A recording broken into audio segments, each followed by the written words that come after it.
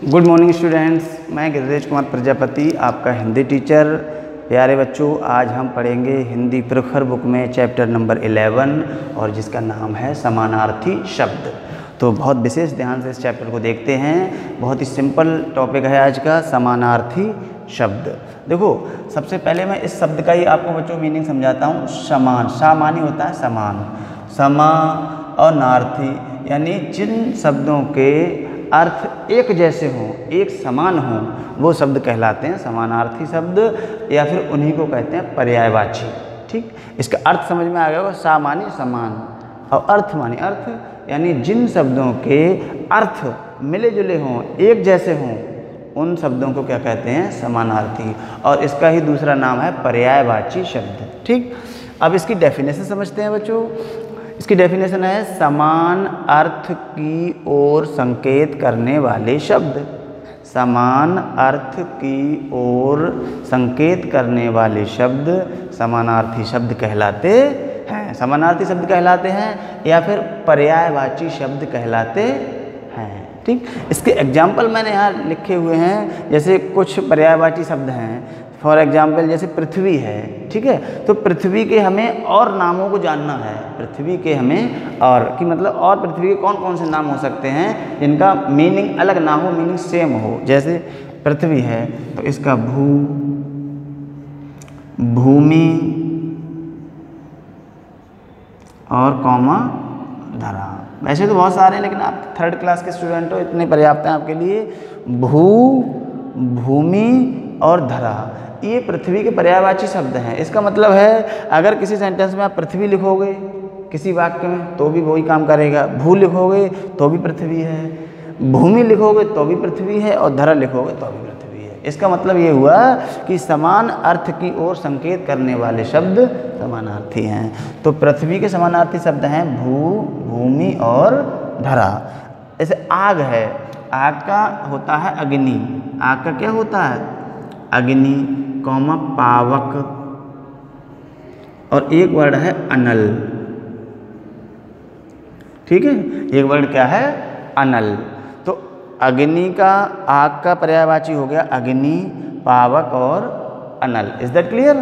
ठीक। आकाश, आकाश का पर्यायवाची है नभ,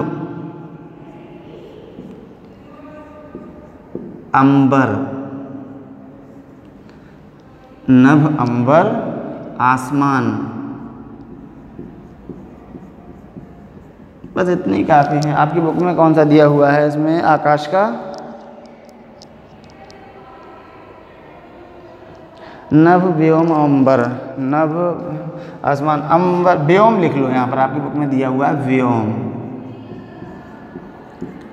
व्योम। ठीक है बच्चों, यहाँ पर बिंदी नहीं लगी हुई है, ये उसमें बोर्ड में दिक्कत है। तो आकाश का हो गया नभ, अंबर और व्योम। ठीक है, अब है सूरज का। सूरज का पर्यायवाची है रवि, भानु, भास्कर। ये सारे पर्यायवाची शब्द जो हैं किसके हैं? सूर्य के हैं, रवि, भानु और भास्कर। अब आया कमल। कमल का है सरोज, जलज और पंकज। सरोज, जलज और पंकज। आपकी बुक में दिया हुआ है कमल का पर्यायवाची जलज, पंकज और राजीव। जलज, पंकज और राजीव। सरोज हटा के यहाँ पर लिख लो राजीव।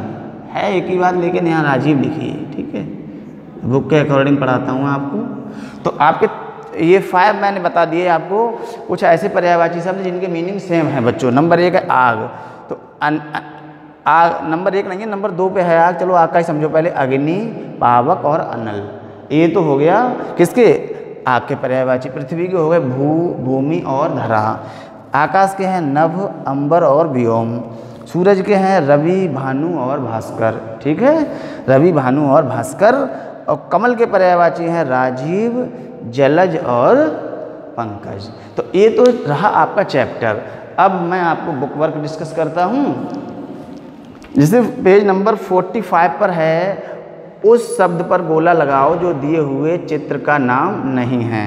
अब जैसे यहाँ पर खग, भूमि और पक्षी, तो खग और पक्षी एक ही बात है, यहाँ पक्षी का साइन भी बना हुआ है, तो खग और पक्षी एक ही बात है, तो यहाँ गोला करेंगे भूमि पर। ठीक। दूसरा वाला है लड़का है, बालक है और आदमी है, तो लड़का और बालक छोटा बच्चा है, आदमी बड़ा है, तो आदमी पे सर्किल करेंगे, मतलब जो चीज़ अलग है उसको सर्किल करना है। ठीक। अब जैसे अग्नि, आग और अनिल, तो अग्नि और आग जो है वो किसके पर्यायवाची हैं? मैंने यहाँ पर लिखा हुआ है अग्नि और आग किसके हैं? पावक या अनल एक ही बात है, इसके पर्यायवाची हैं। लेकिन अनिल, अनिल होता वायु यानी हवा, हवा का पर्यायवाची। अनल जो है वो आग का पर्यायवाची है, यहाँ मैं लिख देता हूँ अनल। अनल जो पर्यायवाची है वो किसका है? आग का। ठीक है, बराबर लिख लो, ऐसे मैथ के हिसाब से समझो।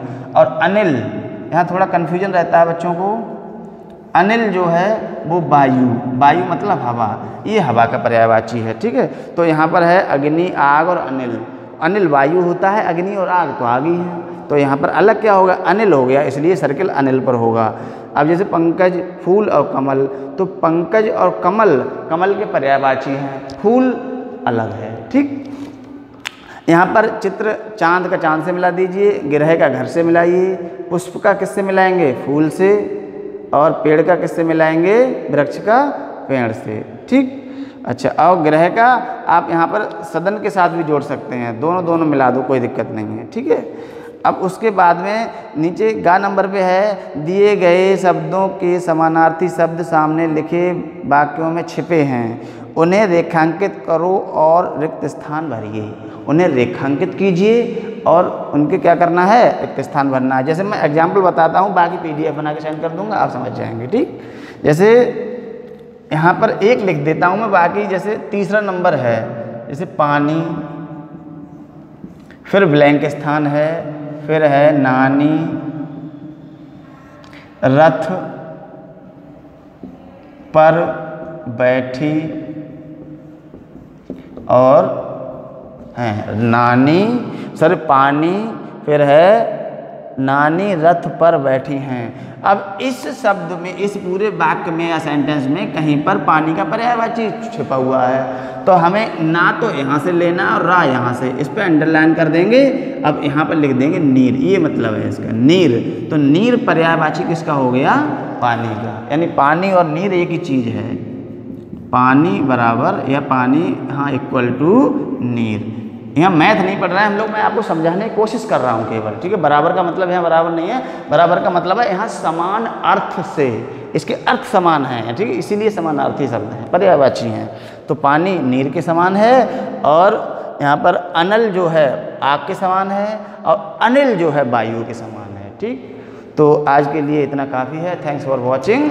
जय हिंद, जय भारत।